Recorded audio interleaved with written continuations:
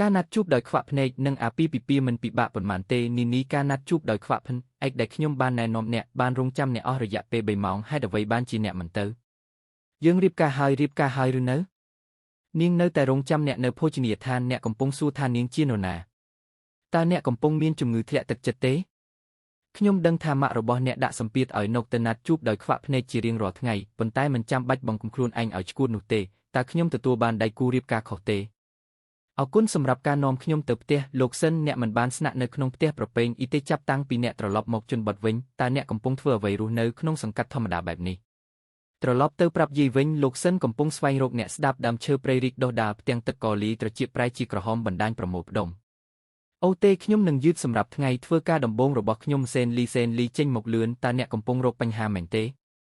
នេះជាជណ្ដើរយន្តឯកជនរបស់ប្រធានាធិបតីសុំទោសអ្នកយឺតសួស្ដីលោកប្រធានាធិបតីនាងអាចចូលមកបានសេនលីឆែនមែនទេ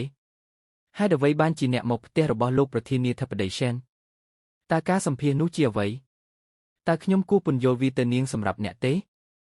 ត្រូវប្រកាសថានាងចងចាំថាខ្ញុំនៅទីនេះវាមិនមែនជារឿងអាម៉ាស់ទេមិនចាំបាច់ទេខ្ញុំគិតថាខ្ញុំអាចដោះស្រាយវាបានប្រាប់ខ្ញុំផងតើទំនាក់ទំនងរវាងក្មេងស្រីនោះនិងលោកប្រធានាធិបតីឆែនជាអ្វី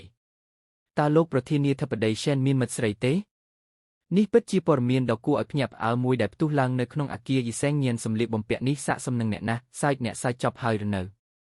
ខ្ញុំត្រូវចាប់ផ្ដើមធ្វើការនិយាយអំពីរឿងនេះយើងជាសាច់ញាតិហេតុអ្វីបានជាភាពខុស